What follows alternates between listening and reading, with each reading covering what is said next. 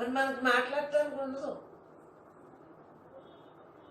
లోపల ఎటువంటి క్లిష్ట పరిస్థితులు వచ్చు, వానలు వచ్చిన, వరదలు వచ్చిన, భూకంపాలు వచ్చిన, అగ్ని ప్రమాదాలు వచ్చిన, డెంగీలే కాదు, ఇదిగో బ్యాటరీ కరోనా అంట, ఏది చికెన్ గున్యా, ఏ రోగం వచ్చినా, మలేరియా బిలేరియా ఏది వచ్చినా, మసూచికాలు కలరాలు ఎన్ని రాలేదు. ఎన్ని వచ్చినా నువ్వు ఎవరో తెలుసుకున్నావు కాబట్టి జగన్ పోతే పోతుంది. ఈ ఆత్మతత్వంతో ఉన్నావు కాబట్టి ఉన్నంతకాలమే ఉంటాం. మళ్ళీ అక్కడే పెట్టండి, అక్కడే పెట్టు లేదు. మరి ఏంటి? పరమాత్మ తప్ప రెండో భావం లేకుండా ఉన్నది నేనే, ఉన్నది నేనే, ఉన్నది ఉత్తముడు. ఊళ్ళో ఎంత ఉందో చుట్టూ ఉత్తమ పురుషుడు, సాక్షిభూతుడు, ఉన్న దాంట్లో ఉన్నట్లు. అసలు ఊళ్ళో ఎంత ఉంది? తాలోసుడు తప్పు, తమో గుణం, తలంపు. చెడ్డ కావాలంటే చెడ్డ తీసుకోవచ్చు. ఏ అక్షరంలో అయినా చెడ్డవి కావాలంటే ఆ అక్షరంలో తీసుకోవచ్చు. మంచి వాక్యాలు కావాలంటే మంచి వాక్యాలు. ఉన్నతి అంటున్నాం, ఉత్తముడు అంటున్నాం, చెప్పాం. వాటిలోనే ఊసుపాకు తిరుగుతున్నారు, ఊరెగుతున్నారు. ఊరకు ఉండండానేమో జ్ఞానం చెప్తున్నారు. ఆ ఊళ్ళోనే కదా. మామూలు వాళ్ళు ఏమంటున్నారు? పని పట్టలేదు, ఊరకు రోడ్లు తిరుగుతున్నారు, కరోనాలో అటు ఇటు తిరుగుతున్నారు. వాళ్ళకి తొలిక ఊరికే తిరుగుతున్నారు. మరి ఊరికే తిరుగుతున్నారన్న ఆ ఊయే కదా. మరి ఊరకు ఉండు అన్నది కూడా జ్ఞానం మాటే కదా. అంటే ఈ అక్షరాలు దోషం ఏదైనా ఉందా? సాక్షిభూతంగా ఉన్నాయి. అక్షరాలు ఏదైనా ఎలా ఉన్నాయి? అక్షరాలు మామూలుగానే ఉన్నాయి. వాడుకునే విధానాన్ని బట్టి అక్షరాలు మార్చుకున్నాయి. అక్షరాలు మార్పున్నాయి. బండి రావాలకు ఎక్కడైనా మార్పు ఉంది. ఆ అక్షర దోషం నువ్వు తెచ్చుకుంటున్నావు. నీకు ఏ అక్షరం కావాలంటే ఆ అక్షరాన్ని వాడేస్తున్నావు. కానీ ఆ ఉన్న అక్షరాల్లోనే నీ మాటలు మంచి చెడ్డ అంటే నీ సృష్టిలో నువ్వు మంచి చేయాలన్నా చెడు చేయాలన్నా నీ భావన బట్టి, నీ యొక్క సుకృతాన్ని బట్టి జరుగుతుంది. నీ ప్రయత్నాన్ని బట్టి జరుగుతుంది. ప్రయత్నం వంట వండేసుకుని నేను సత్సంగానికి వెళ్ళిపోవాలి అని ఎలా వచ్చేసేవారు పరుగులో వస్తుంది. నీ సుకృతం ఉంటేనే అక్కడ ప్రయత్నం జరుగుతుంది. అలాగే అక్షర దోషం లేదు. అక్షరాన్ని మనం వాడుకునే విధానంలో ఉంటుంది, మనిషిని వాడుకునే విధానంలో ఉంటుంది. నువ్వు ఉత్తముడు అనుకో, ఉత్తముడు అవక ఏం చేస్తాడు చెప్పండి. నువ్వు దుర్మార్గుడు అన్నావు అనుకో, ఒక మాట ఇంకా విజృంభించు. 99 దుర్మార్గు పనులు ఉన్నా ఒక మంచి పని ఉందనుకో, ఆ మంచిని తీసుకో. నేను ఎవరైనా బ్రహ్మంగా చూస్తాను. ఆ ఒకటే కూడా తీసుకో. పోనీ మీకు ఆఫర్ ఇస్తున్నాను, ఆ ఒకటే తీసుకోండి. 99 వదిలేండి. మీకు కసి వచ్చిందనుకో, నాకు కసి వచ్చిన, మీకు కసి వచ్చిన ఏమనుకోవాలి? హంతకుడు దొంగడు కన్నా నయమే కదా. ఆ వ్యభిచారులు వాళ్ళందరికన్నా నయమే కదా అని ఆడవాళ్ళు అలా ఆలోచిస్తే వాళ్ళ మీద యుద్ధం ఉండదు. దొంగోడు కన్నా నయమే కదా. దొంగోడు భార్యకి పాపం ఇష్టం ఉండదు అనుకో, దొంగతనం ఎంత నరకం చూస్తుంది. పాపం ఆ రాయలసీమ బండోళ్ళలాగా ఉంటుంది. వాళ్ళ భార్యలకి కొంతమంది సుకుమారంగా ఇష్టం ఉండదు, కొంతమందికి ఇంకా మౌడు చెప్పింది చెప్తారు. వాళ్ళ మనస్సును బట్టి ఇష్టం ఉండదు. వాళ్ళు ఎంత నరకయాత్ర అనిపిస్తారు. నాకు దుర్గుణాలు ఇష్టం ఉండదు, అయినా ఎంత నరకయాత్ర అనిపిస్తున్నాను. అయినా నేను బ్రహ్మంగా ఉండబట్టి నరకయాత్ర. బ్రహ్మం తెలుసుకోలేని వాడికి ఎంతో నరకయాత్ర ఉంటుంది. బ్రహ్మం తెలుసుకున్న వాడికి ఆ జీవులు, ఆ చేపలు, రైలు, ఆ పేపలు బాబాయ్ తిని అన్నీ నాకు ఎంత ఎలర్జీ వచ్చేస్తుంది, ఎంత కోపం వచ్చేస్తుంది. అవన్నీ ఎందుకు పోయినాయి? ఎందుకు పోయినాయి? అది చేస్తే వస్తున్నారు కదా, కూరకోసి కన్నా ఎలా వేసేట్టున్నాయి కదా అని ముందు అనుకున్నానేంటి. పాపం పాపం పాపం నా మనస్సుని ఎంత ఆలోచించాను, ఎన్నో అనిపించింది, చాలా నాకు అనిపించింది మనస్సుతో. కానీ మనస్సుని ఏం చేశాను? ఆడు మానరు, నువ్వు సర్దిద్దుకో, 99 కరెక్ట్ అనుకో, ఆ ఒక్కటే పడవ జీవుడుగా ఉన్నాడు కదా, అసలు ఉన్నాడు కదా, నేడిచ్చేవాడు అని వదిలేసి. అవునా? ఆ కూరగాయలు అయితే చెప్తున్నారు కదా, చాలదా అని వదిలేసి. అందు గురించి వాళ్ళ మీద మీరు తత్వ విచారణ చేయకండి. మనుషుల మీద తత్వ విచారణ చేస్తే ఎందుకు పనికిరారు. ఆడ యోగం ఎలా ఉంటే అలాగే జరుగుతుంది, నీ యోగం ఎలా ఉంటే నీకు ఎలా జరుగుతుంది, ఆడ యోగం ఎలా ఉంటే ఆడికి అలాగే జరుగుతుంది. నువ్వు గొప్పోడువా, అది మంచోడు కదా. అసలు మంచి అనేది ఉంటుంది ఎట్లా? ఒక టైంలో సత్యం, ఒక టైంలో అసత్యంగా తిరగవలసి వస్తుంది, ఈ మాటలనే తిప్పవలసి వస్తుంది. ఎవరి కోసం? లోపల సత్యంగానే ఉంటాను. చూడు, ఇందాక ఎంత సెకండ్లో ఏది పృథ్వీ అన్నాడు, ఆడి పేరు వర్మన్, వచ్చేస్తాడు ఒక్క నిమిషం వచ్చేసి. మరి అక్కడ ఎంతో మంది కోసం చేయవలసి వస్తుందా లేదా? ఈ బ్రహ్మ సత్సంగం ఆనాటి నుంచి 30 సంవత్సరాల నుంచి మక్కారూరులో మొదలెట్టినప్పటి నుంచి, చిన్నప్పుడు అంటే ఎవరిని అడిగితే చెప్పేదాన్ని, అది వేరు. అది చిన్నప్పటి నుంచి చెప్పడం అన్నమాట అడిగిన. కానీ కంటిన్యూగా కదా అక్కడ 3 వచ్చాయి మక్కారు. మరి అప్పటి నుంచి ఉంది కదా, ఎంత కష్టపడి 3వ రోజులు వచ్చింది, ఇన్ని తిట్లు తినేదండి. ఎందువల్ల? నేనెంత నేనెంత నేనెంత, ప్రతి ఒక్కళ్ళు నేనే అయినప్పుడు అందరూ తెలుసుకునేవా కావాలి అనుకుంటున్నారు, తెలుసుకోవాలనుకునేవాడు, అనుభవిస్తామనుకునేవాడి దగ్గర మనకి దేహాన్ని తప్పదు తప్పదు తప్పదు నలగొట్టాలి. ఏం చెప్తాం? నేనే అంత నేనే అంత నేనే అంత తప్పిందా? నాకేంటి, మీరందరూ బాగున్నారు అనుకోండి, నేను బాగుంటే నేను బాగున్నాను, మీరందరూ బాగుంటే నేను బాగుంటాను కదా. మీకు కావాలంటున్నారు కాబట్టి జ్ఞానం, నేను బాగున్నాను, మీరందరూ కూడా బాగున్నారు కదా, ఎంత హాయి.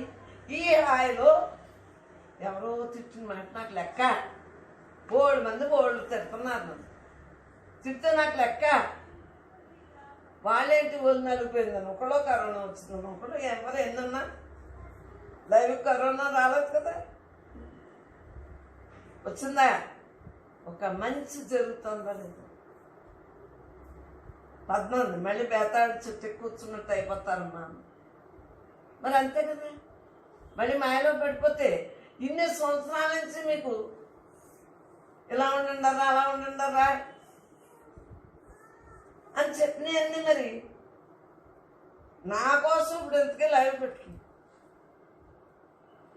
మీ మనస్సు బేతాళి చుట్టెక్కకుండా ప్రజలు చెప్పకపోతే మళ్ళీ ఎక్కతారు కదా. ఇది పెట్టేటోడికి అంతో ఎంతో మళ్ళీ మామూలు అవుతారు. కొంపలో ఉన్నవాడికి ఎంతైనా మాయ అంటుకోకుండా ఉండదు. తెలుసు, నాకు అనుభవం మీద అంతో ఎంతో అంటుకున్నా దులుపుకోవటం వచ్చు, కడుక్కోవటం వచ్చు కాబట్టి నాకు పర్వాలేదు. అంటే చిన్ననాటి నుంచి కూడా అభ్యాసం ఉంది కదా. మీకు ఊరికి వచ్చేస్తుందా? రాదు అని కూడా అన్నా. వచ్చేస్తుందా అంటే వచ్చేస్తున్నాను. ఎక్కలో వెళ్ళేదా? గురుగారిని చూడకుండానే అర్జునుడు ఎంత నేర్చుకున్నాడు. అర్జునుడు ఆడనా ఏకలు. అది అంటే మీలో ఉన్న ఇంట్రెస్ట్ని బట్టి మీకు వృద్ధి అవుతుంది. రకరకాల భావనతో పెట్టి ఎంతో చూపించడం వాట్సాప్లో ఏదో రకంగా పాటో పద్యమో మాటో చేతో నాటితో ఏదో రకంగా అందివ్వాలి.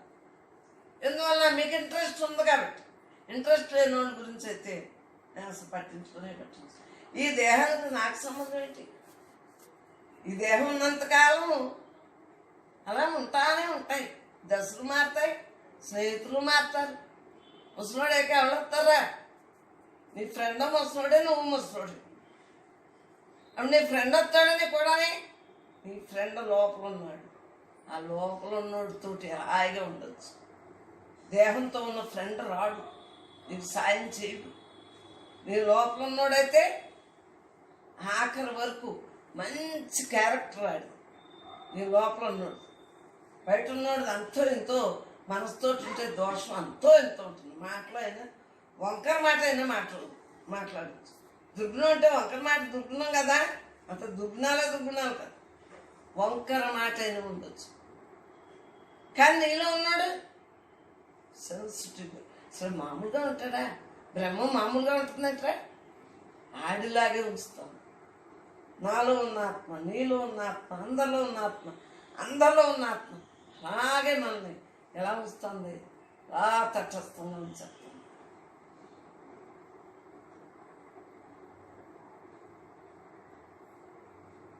జీవుడెను 14 లక్షలు, సావు పుట్టుకలెక్కడ, ఎవరు చేసిన వారి కర్మము అనుభవించేదక్కడ. అక్కడ కాదు, ఇక్కడే అనుభవిస్తాం. మనం చేసిన పాపం అప్పుడు పూర్వం తిరిగి వచ్చేదంటే ఇప్పుడు పోయి చుట్టూరు వచ్చేస్తున్నా. నిన్ను ఎక్కిరించాను అప్పుడు వచ్చాను. మరి ఏంటి దోష నివారణ? ఏంటి? నిన్ను నువ్వు తెలుసుకున్నావు కాబట్టి నువ్వు దోషం రాకుండా ఇప్పుడు తెలియక అనేసావు. ఇంకా మళ్ళీ దోషం రాదు మనకి. మనం అంటాం యాదనంటే ఓలేనమ్మా వారి విద్యారాలు మరి మనం చెప్తాం కాడ అంతే. మనం చెప్పినా ఏంటమ్మా అని ఏం చెప్తాం? సరి చేసేసుకుంటాం మన మనసు. వాళ్ళు ఎలాగా లైన్కి రాదు. మన మనసును మనం సరి చేసుకుంటే మనం సుఖపడతాం. వాళ్ళు కూడా నీకెందుకే? ఇంట్లోనే అన్ని అజ్ఞానం సత్సంగం, జ్ఞానం సత్సంగం రెండు కలిసినా నేను ఏం చేయగలను? ఉందమ్మా, నీరసం వచ్చిందా? అజ్ఞానం సత్సంగం, జ్ఞానం సత్సంగం రెండు ఒక్కటే. సత్సంగమే కదా. నువ్వు ఏది కావాలో అది తీసుకుంటావు. నీకు ఏది ఇష్టం అది మమేకం అవుతావు. నాకెందుకు? అన్నీ మానేయండి. టీవీ పెట్టకండి, పేపర్ చదవకండి, మీరు జపం చేయండి, ధ్యానం చేయండి, పూజ చేయండి అంటే ఒక్కలేదు. వాళ్ళకి ఎప్పుడొకప్పుడు వస్తే వాళ్ళే చేసుకుంటారు. వాళ్ళకే టైం రావాలి. మనకంతకని వదిలేస్తే అన్నీ అయ్యే చెప్తాం. అవునా? ఎంత తిట్టించుకునేదాన్నే పెట్టింది అమ్మవారు సత్సంగం. దాన్ని తిట్టి ఉపమానాలన్నీ దాన్ని తిట్టిందని. నాకు పాపం లేదు, ముందు చెప్పే మొదలెట్టేది. ఉపమానాలన్నీ నీ మీదే చూస్తాను. నాకు భయం ఏంటి? చెప్పేసేసాను కదా. నాకు అది ఇష్టం లేదా? పిల్లల మీద ఇష్టం ఉండదా? అయినా మా పిల్లోడు మంచోడు కాదు. ఇవన్నీ చెప్తే పిల్లోడు మంచోడు ఇష్టం ఉండదా తల్లికి? ఆ టైంను బట్టి అంత ఇష్టమా? అంటే పిల్లలంటే ఇష్టం ఉండదా? అలాగే బ్రహ్మ అంటే ఇష్టం ఉండదా? బ్రహ్మలోనే ఎన్ని జరుగుతున్నాయి. అవునన్నా కాదన్నా ఏదైనా బ్రహ్మాత్మ. నీ మనసుకు నువ్వు అంటించుకోకుండా ఉండు చాలు. నీ మనసుకు నువ్వు అంటించుకో. దానికి చెప్పి ఉపమానాలు తిట్టేస్తే అది సత్యం. అలాగే ప్రతిజ్ఞ చేశాను మా అమ్మ పొట్టలో నేను ఏమని, నేను జ్ఞానుగానే ఉంటాను, జన్మలు తెచ్చుకోను. మహాత్ములు చెప్పారు కడుపులోనే ఈ మలమూత్రాల్లోని ఈ సివి రక్తం కొంపలో నేను ఉండను. అది కారం తింటే కారం తప్పమని వెళ్ళిపోతాను. అది తీపి తింటే తీపి వెళ్తుంది, పులుపు తింటే పులుపు వెళ్తుంది. ఎన్ని చేదు తింటే చేదు వెళ్ళిపోతుంది, మసాలా తింటే మసాలా వెళ్ళిపోతుంది. పాప మా పిల్లలకి నీకు ఇష్టం కదమ్మా. మళ్ళీ పుట్టే కానీ నువ్వు పచ్చును చేయాలి కదమ్మా. బీరకాయ పొట్లకాయ కదా. అందు గురించి అమ్మా నీకు ఇష్టం అమ్మా, పలావ్ తింటావమ్మా, నీరు తినేస్తావమ్మా అని దోపేస్తారు. తెలియదు ఆ గర్భస్థ శిశువు ఎంత నరకయాతన అనిపిస్తుంది. ఆ ఘాటు అసలు గుడ్డు, ఆ ఘాటు, ఆ బొడ్డుతోటి ఆహారం తీసుకుంటుంది. మా బాబాయ్ మా ఇంట్లో మాకు నాన్ వెజ్ లేక ఏమీ తెలియక హాయిగా ఉంది. నేను తినక నిజంగా ఎంత నరకయాతన అనిపిస్తుంది. నీ బిడ్డనే నువ్వే నరకయాతన పెడతావా? అలాగే బ్రహ్మ ఉంది. బ్రహ్మం పిల్లలే కదా మన మనసుకు తగ్గట్టు తింటే ఏమవుతుంది? మనమే నరకేస్తున్నాం. బ్రహ్మానికి బాధే, అయ్యో నేను వీళ్ళని పుట్టించాను, పుట్టించినోడు ఎవడో నా దగ్గర రావట్లేదు. అవునా? అక్కడ ఖాళీ ఎక్కువైపోయిందంట, ఇక్కడేమో జనం ఎక్కువైపోయారంట. ఆ ఖాళీ కోసమే బ్రహ్మయుగానికి బ్రహ్మం చెప్తాను. నాకే సంబంధం లేదు, ఈ దేహం నేను కాదు కదా, బ్రహ్మం. మరి బ్రహ్మ ఉపన్యాసం ఎందుకు ఇస్తుంది? ఆయన ఎందుకు తపస్సు చేసి పంపారు, ఎందుకు చేయింది? ఆలోచన. ఖాళీలో కలవండర్రా అని తీసుకొచ్చి ఈ దేహంతో ఉపమానాలు చేయించి, నాకు లోపల ఏముండదు, ఎన్నో ఉపమానాలు ఈ దేహాన్ని పెట్టించి మిమ్మల్ని తీర్పు ఆలే చెప్తే ఎన్నో సాక్షాత్తు కళతో చూస్తేనే మీరు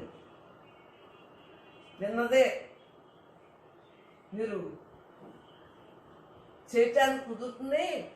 ఎవరిదో అయితే ఆ యుగమా అలాగా తండ్రి మాట ఉన్నాడా రాముడు, ఎందుకు వినాలే అంటాడు. ఇప్పుడు బుడంకాయ ఎందుకు వెళ్ళాలి అరణ్యవాసానికి? అజ్ఞాతవాసం. రాముడు ఏమనుకున్నాడు? తండ్రి అడగాను, అక్కడ నేనే కదా అనుకున్నాడు. ఆ అరణ్యం కూడా ఈడిదే కదా రాజ్యం. అక్కడ బోడు పనులు చేశాడు. ఆ తర్వాత ఇక్కడంటే సింహాసనం ఎక్కాడు. అక్కడ కూడా అందరూ గౌరవించారా లేదా? అక్కడ ఆడే ఇక్కడ ఆడే నేనే అంత కదా అని ఆడు. తండ్రి కానీ వెళ్ళిపోయాడు. మనకు తెలియకేమంటాం, ఎందుకు వెళ్ళాలి? ద్రౌపది దేవి ఎందుకు వెళ్ళాలి? సీతాదేవి ఎందుకు వెళ్ళాలి? మనకు తెలుసున్న వాక్యం ఎందుకు వెళ్ళాలి అన్న ముక్కోటి.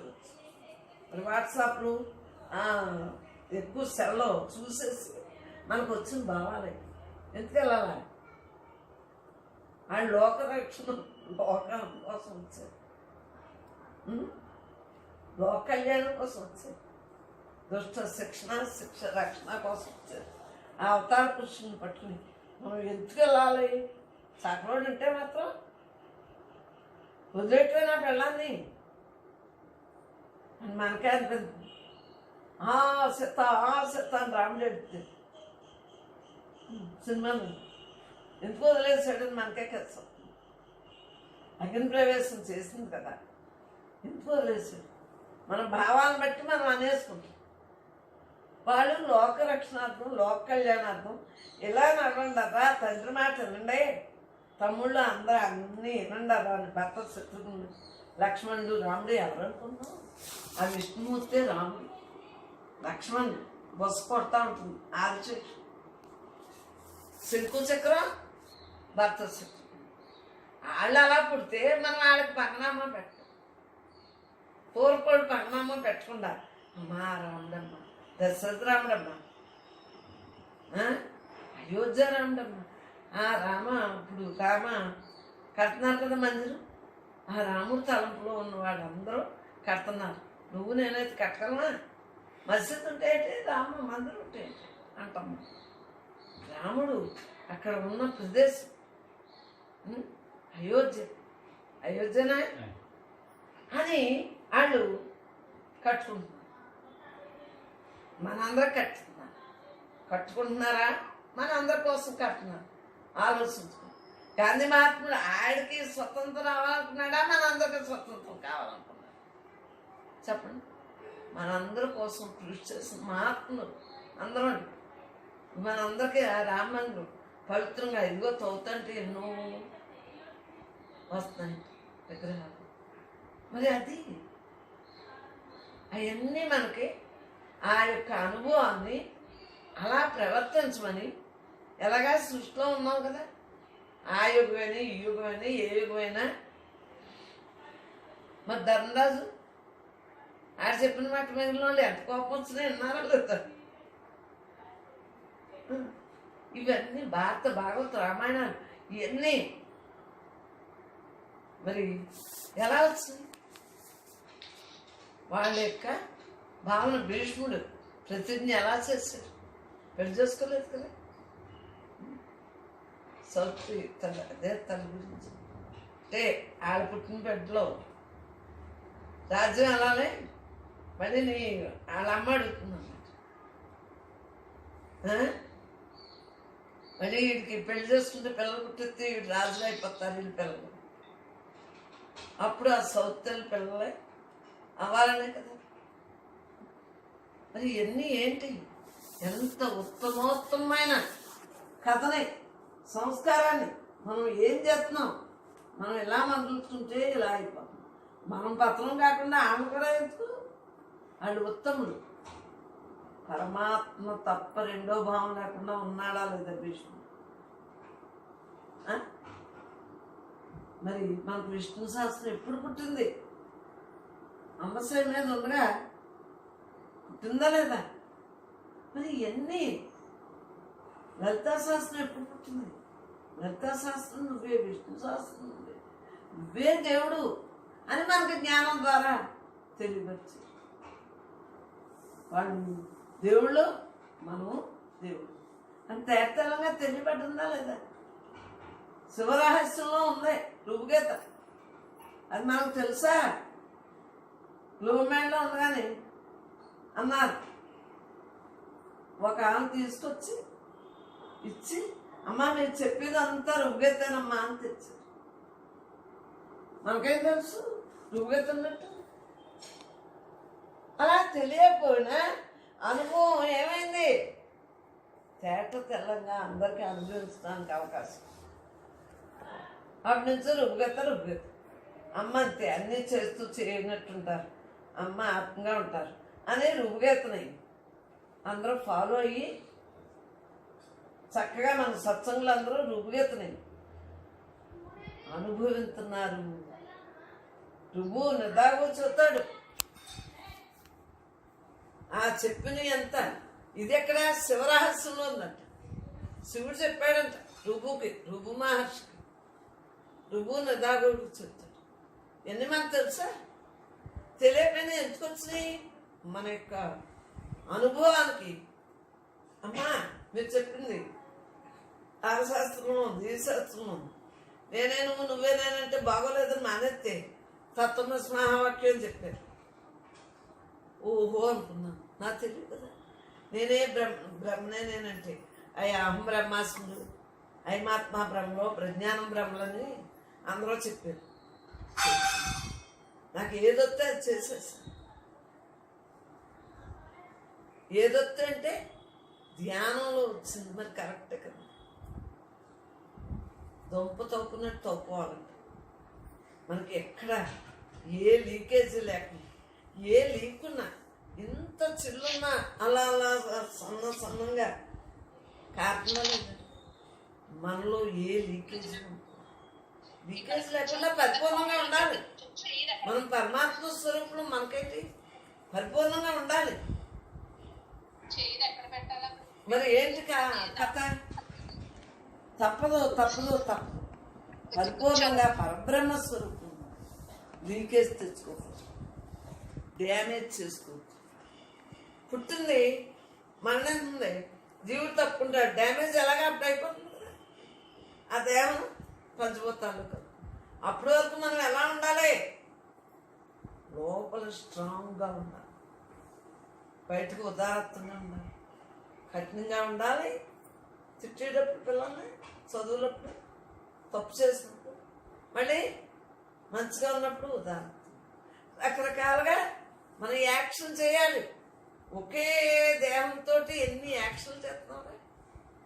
ఒకే భూమి చూడు, ఒక చోట ఎలా ఉంటుంది ఎర్న, ఒక చోట నల్ల, ఒక చోట బాగా రాగి, బాగా జిగురు మట్టి, ఓ చోట పొడిపొళ్ళాడతారు, ఓ చోట ఇసుక ప్రదేశం, ఇంకా ఎన్ని, ఒక్కో చోట బేటలు తీసేస్తుందా, రాజస్థాన్ ఎడారిలో ఇవి. మరి ఏంటి భూదేవి? ఓ చోట వాన, వానాకాలం చూడండి, వాయుదేవుడు వానదేవుడు ఏమయ్యాడు ఓ చోట, మరి అగ్ని ఒక్కో చోట అగ్ని అలా దహించేస్తూ ఉంటాయి అడవులు అయ్యింది. మరి సముద్రంలో కూడా అగ్ని ఇలా పుట్టేసి దాన్ని ఏదో పేరు. మరి అన్నీ వచ్చినాయా లేదా? అసలు దేంట్లో లేదు. గాలి, వీధురు గాలి, ఈ ఊర్లో వీధురు గాలి ఉంటే ఇంకో ఊర్లో ఉండదు, ఉందా? మరి ఇవన్నీ ఏంటి? ఒక్కొక్క చోట ఒక్కొక్క రకంగా ఉంటుంది, అవునా?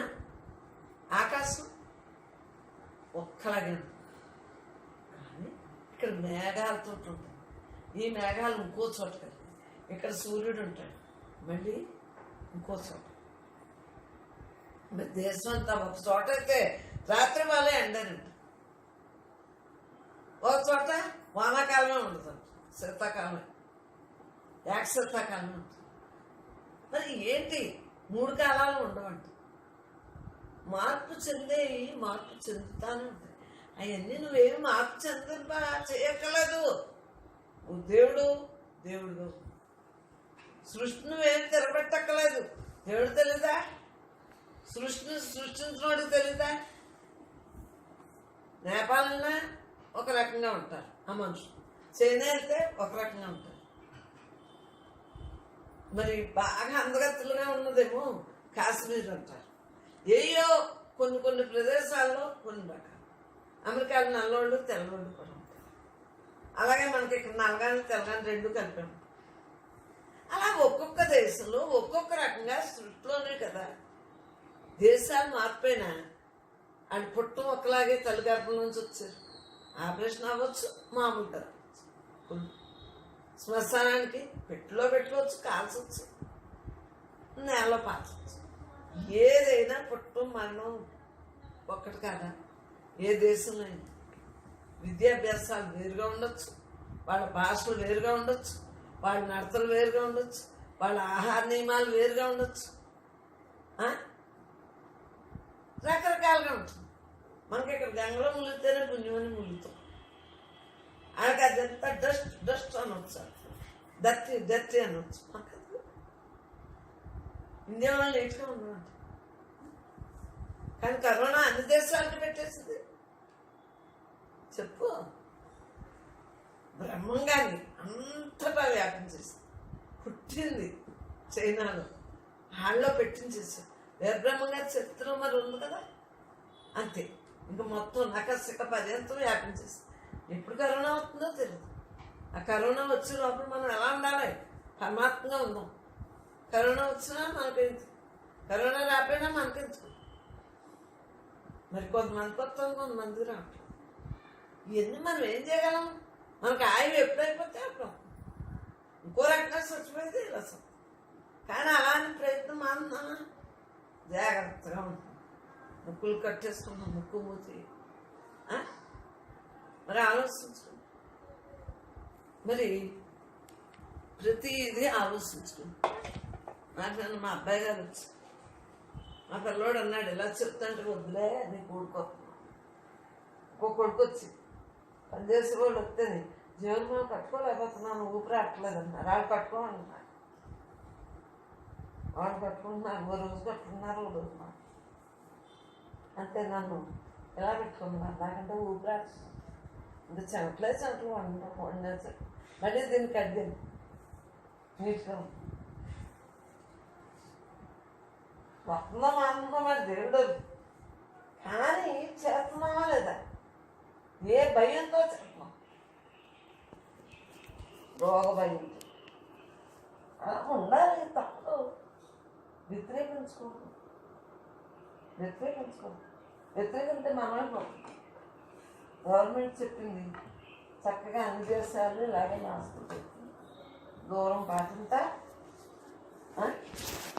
వాళ్ళు చెప్పిన నియమాలు పాటింతా, మనం అలాగ ఒకరికొకరు తగ్గుకోకుండా అలా చెప్పినట్టు ఆరోగ్యం, ఆహారం ఆరోగ్యం మన చేతుల్లోదే కదా. ఆహారాన్ని బట్టి ఆరోగ్యం.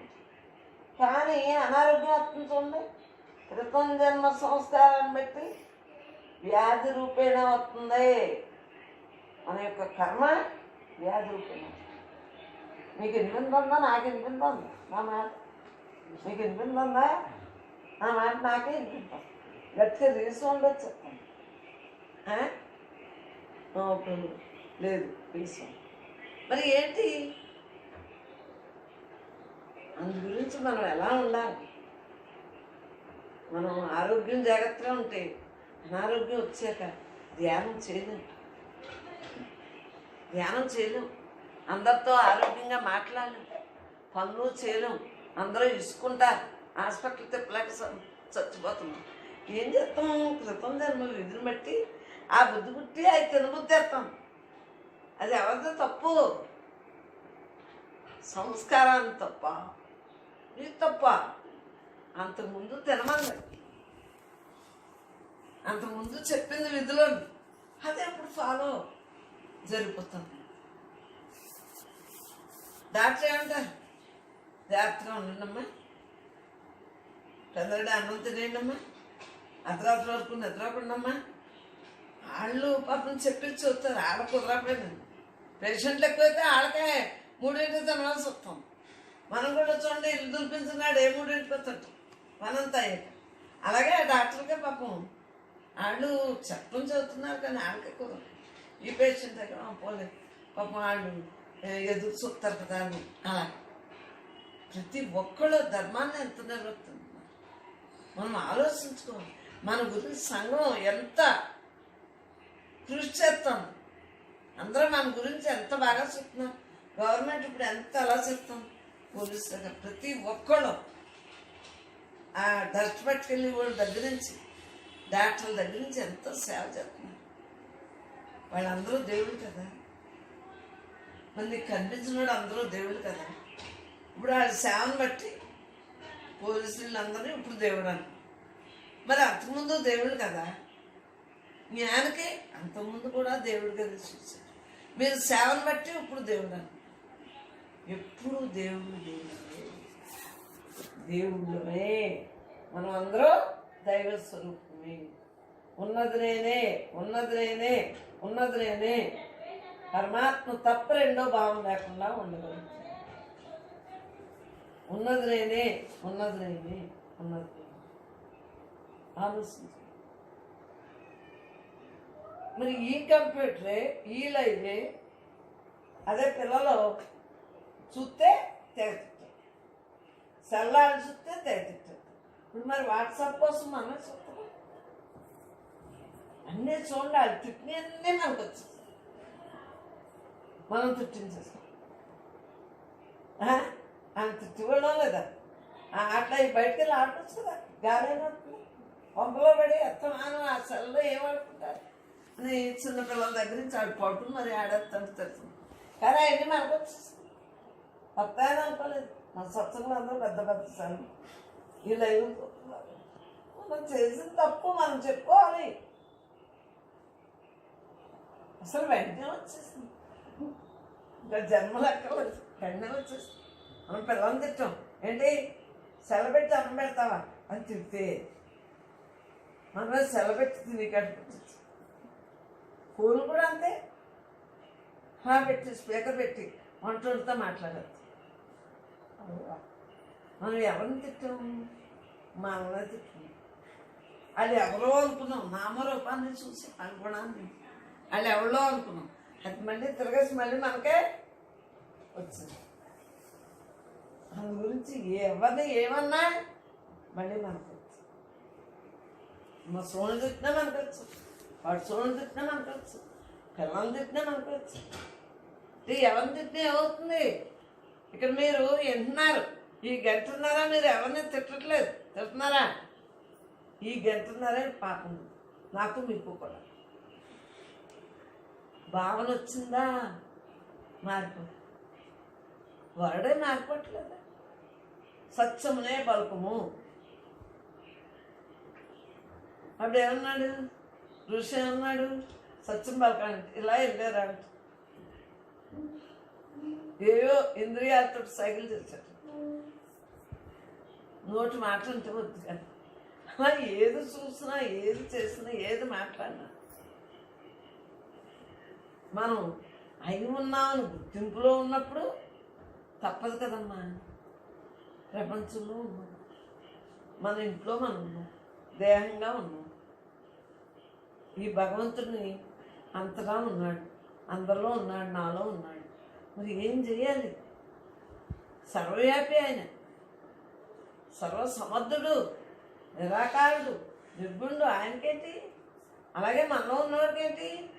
నీ మనసుని యాడ్ చేయకుండా విధి విధానాన్ని మార్చుకుంటుంటే హాయిగా ఉంది. లేకపోతే ఏముంది? అప్పుడు రెండో అని ఇప్పుడు రండి అంటలేదు. ఎవరన్నా పాపం పొరుగు నుంచి వస్తే ఏమన్నాం? వద్దమ్మా, కరోనా కదమ్మా, మీకు కష్టమేనమ్మా, నాకు కష్టం, మా పిల్లలు తిడుతున్నారమ్మా అనే సత్సంగం పీకేసాం. అప్పుడు ఉన్నోళ్ళు కదా, ఇప్పుడు వాళ్ళు అంటా మనకే అంటే మన భావన ఎలా మారిపోయింది? అప్పుడు మన సత్సంగులా, నువ్వు మన సత్సంగులే, కానీ దగ్గర రానివ్వట్లేదు. దగ్గర అనిస్తే మనకి ఏదో వచ్చేస్తుంది. మనకే కాదు, క్వారంటైన్ ఏదో అక్కడ తీసుకుపోతారని మన పిల్లలు చట్టం ఉన్నా మనం జాగ్రత్తగా ఉండాల్సి వస్తాం. అంటే ఏ దేశ కాల ప్రదేశాలను బట్టి అలా జాగ్రత్తలు తీసుకో. ఏ దేశాన్ని, చలి దేశం అనుకో అన్నీ కట్టుకో, ఉడుకు దేశం అనుకో ఏసీలు పెట్టుకో. మరి మనకు మాట్లాడటానికి ఉండదు. లోపల ఎటువంటి క్లిష్ట పరిస్థితులు వచ్చు, వానలు వచ్చిన, వరదలు వచ్చు, భూకంపాలు వచ్చిన, అగ్ని ప్రమాదాలు వచ్చిన, డెంగీలే కాదు, ఇదిగో బ్యాటరీ కరోనా అంట, ఏది చికెన్ గున్యా, ఏ రోగం వచ్చినా, మలేరియా బిలేరియా ఏది వచ్చినా, మసూచికాలు కలరాలు ఎన్ని రాలేదు. ఎన్ని వచ్చినా నువ్వు ఎవరో తెలుసుకున్నావు కాబట్టి జనం పోతే పోతుంది. ఈ ఆత్మతత్వంతో ఉన్నావు కాబట్టి ఉన్నంతకాలమే ఉంటావు. మళ్ళీ అక్కడే పెట్టేయండి, అక్కడే పెట్టు. లేదు మరి ఏంటి? పరమాత్మ తప్ప రెండో భావం లేకుండా ఉన్నది నేనే, ఉన్నది నేనే, ఉన్నది ఉత్తముడు. ఊళ్ళో ఎంత ఉందో చుట్టూ ఉత్తమ పురుషుడు.